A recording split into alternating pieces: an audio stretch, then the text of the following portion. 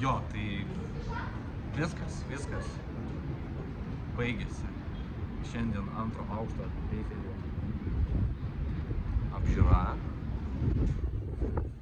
Ir reikia lipam žemyn. Tai pirmam aukšte, aš sakyčiau,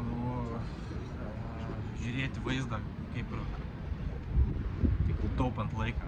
Galima mažiau, geriau antram aukšte žiūrėti, nes ten yra dar viena pakyla, kur nėra grotų, tai aiškiau matosi, geriau galima nuotraukas padaryti ir galima negaišti laiką tada pirmam aukšte dėti.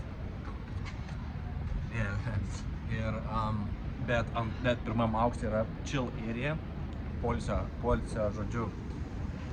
vieta, keletas poilsio vietų, tai malonu atsisėsti, galima nusipirkti. Picos gabaliukas 5 eurai, iki 6 eurai, arbata 6 pem, bet gera arbata, ekologiška, kokybiška, ne kokia pigi arbata. Tai va, galima taip pat suvenyrai,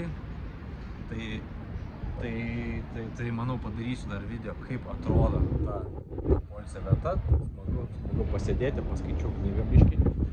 Tai va, tai smagu, rytoj reikia lipti į patį aukščiausią aukštą.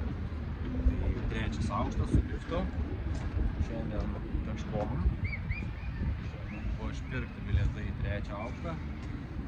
Tai va, liuks. Čiū.